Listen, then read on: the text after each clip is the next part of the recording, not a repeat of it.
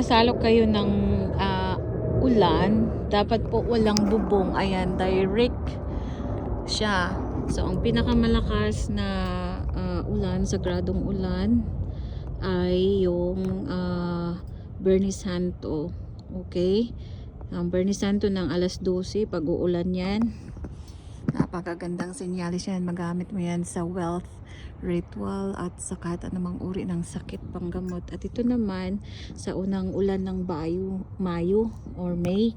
So dapat sasalo ka, mga ganito babasagin.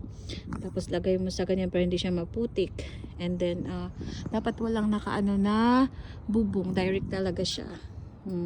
And then unang ulan ng Mayo. I hope uulan today kasi first Friday of the month ngayon, saktong sakto para magamit natin sa wealth ritual at sa ating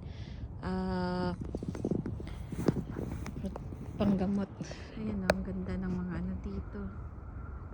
Okay, daming ibon. Ayan.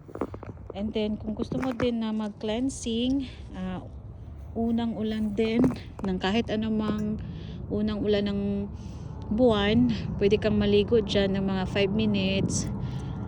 Kung gusto mong mag grounding, mag ano ka, mag paa, mag cleanse din yan. At saka pinaka the best na cleansing is dagat and falls. Pinaka the best talaga ang dagat.